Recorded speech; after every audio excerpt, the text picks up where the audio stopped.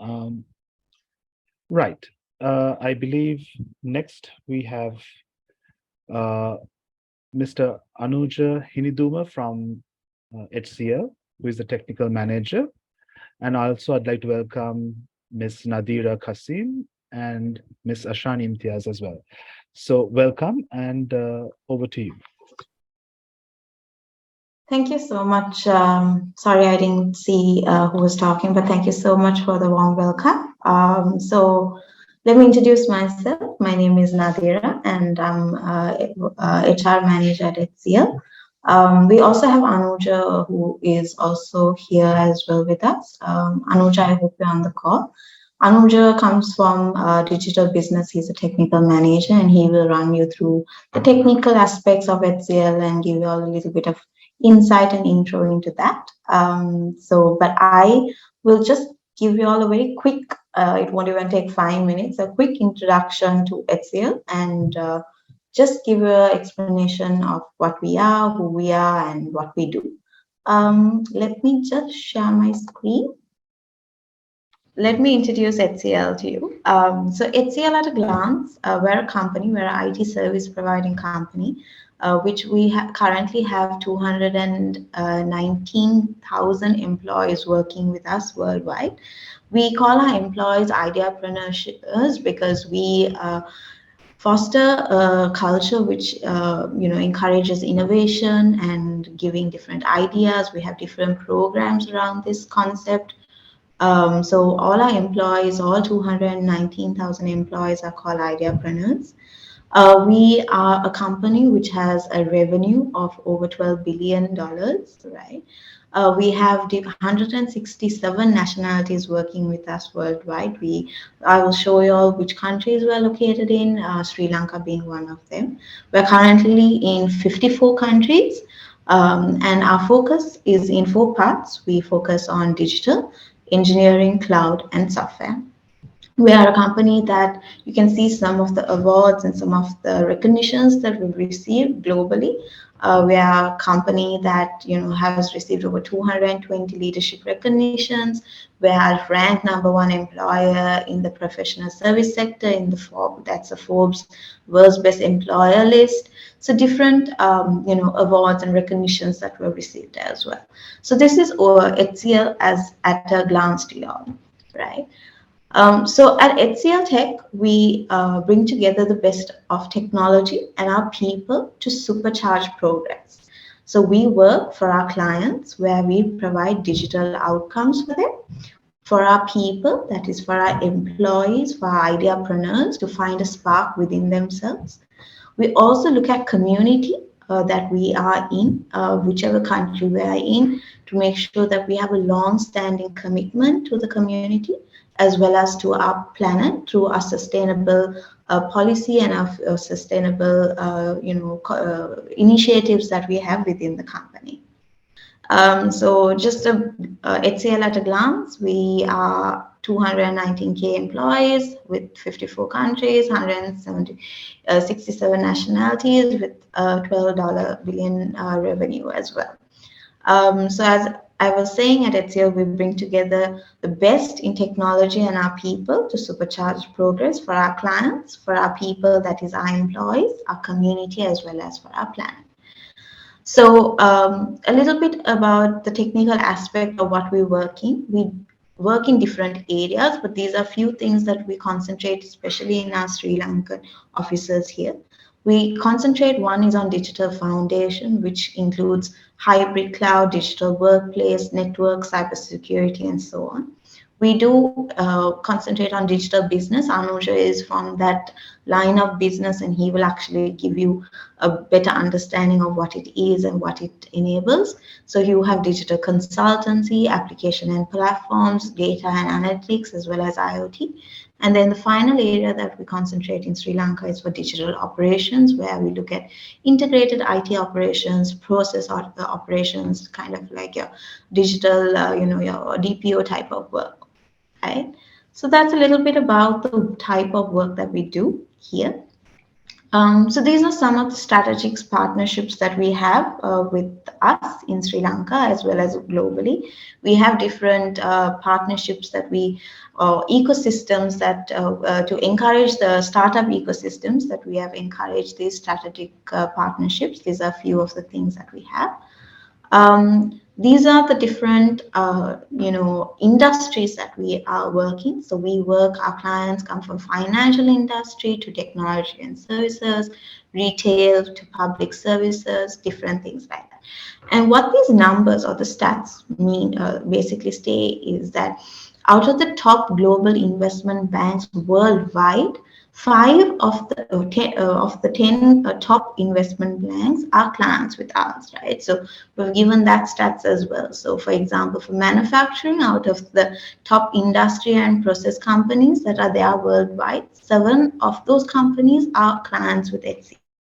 So we work with different sectors, different domains, different clients, providing different technical solutions to them. So these are few of the locations that we're in. This is shows our presence. We have 210 plus delivery centers worldwide with 60 plus innovation labs in 54 countries. And in the blue, you can see where we're located. Um, and to come to our journey in Sri Lanka. So HCL started Sri Lanka we incorporated HCL Sri Lanka in November 2019. And we had a BOI partnership which was agreed with on January 2020. We started operations or go live in 2020 September, and it was inaugurated with the Prime Minister at that time, Mahinda. And we currently have moved into our new facilities, which is in Cinnamon Life. This is our current office, the picture on the bottom here.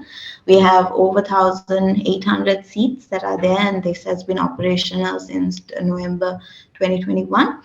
We have different skilling ecosystems as well, which are partnerships with leading educational institutes in Sri Lanka, such as yourself. And we currently have a headcount. In the last 2 years, we've grown our headcount to over 1,800 employees here within this location. So that's a little bit of an introduction to HCL Sri Lanka and HCL Global. If you all have any questions, I'll be more than happy to explain it. Or if not, we can move on to Anuja's part of it, where I'm pretty sure it'll be more interesting than me telling some stats. So Anuja, over to you. Yeah. So Yeah. basically, this separates our operation model, strategic model. We have digital business where we have where we have clients from digital transformation journeys, like very old customers, very old businesses, like banks who are running on mainframes for like 40 to 60 years, are looking for their cloud transformation. So they come to us for those kind of programs, and those programs are running for like 10, 15 years, because you know what, digital transformation is a huge long journey, not like you are doing a product development, bringing it to the market and closing all the things in a calendar year. This is the different one. You have to move with the client, you have to be with the client, you have to sit with them, understand their problems, and digitize all the sensitive. Uh, you have to make transformation to all the business units that are sensing and communicating each other. That's what is a digital transformation. And we are kind of, digital business is so much, experience and more focused on that. And apart from that, we have three more strategy under the digital business as well, which is we take projects on clients where they want to, let's say there are AS400 customers who is on AS400 servers. They want to do some product changes and enhancement until they come to full scale digital transformation. That's kind of mode one, where we do enhancement and maintenance and keep the operations running. And the mode 2 is the biggest revenue generator for us in the digital business, which is we take whole bunch of digital transformation projects in full, and we give them digital transformation architectures. We give them all the digitization solutions in the digital transformation, and we give them the staff as well. So it's the the most prominent revenue model we have for the moment. And the third one is we do all the R&D and product maintenance and center of excellence stuff as well. Like, for example, mode 3, under mode 3, we have our product stack maintain, develop wealth management, where we deploy develop management for wealth management clients. And formerly, IBM Commerce is now HCL Commerce, which is an e-commerce bundle where we sell it to our bigger clients, like whole lot of clients are needing e-commerce solutions, so we give them that as well. So we have a lot of customers around those products as well, but it's the least amount of revenue generator compared to other two. So like that. So in a nutshell, what you can say is we are not a product company. We have the product development side and the product maintenance and enhancement side, but it's very minimal. And it is being shadowed by the big revenue generated by the move to strategy, where we take whole digital transformation project. So to tell you, in this kind of a context, we don't need people who are stick to one thing, one particular language or anything. Why I'm telling this is these bigger clients have their own stack of technical jargons.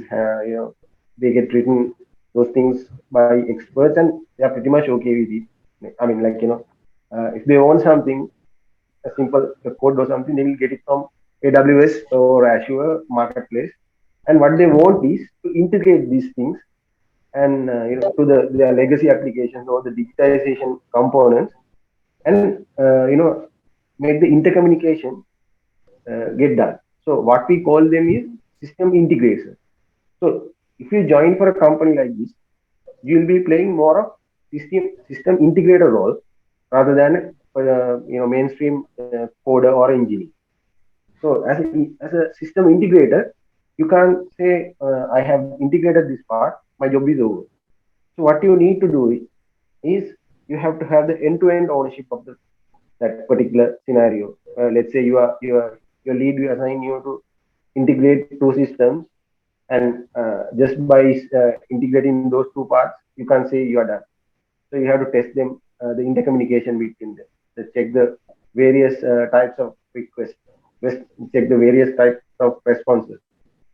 Sometimes you may have to work in CI/CD pipelines and get the automation code written, and you have to have the total ownership. So like that, when you build your career like that, you can promote and excel way forward as well.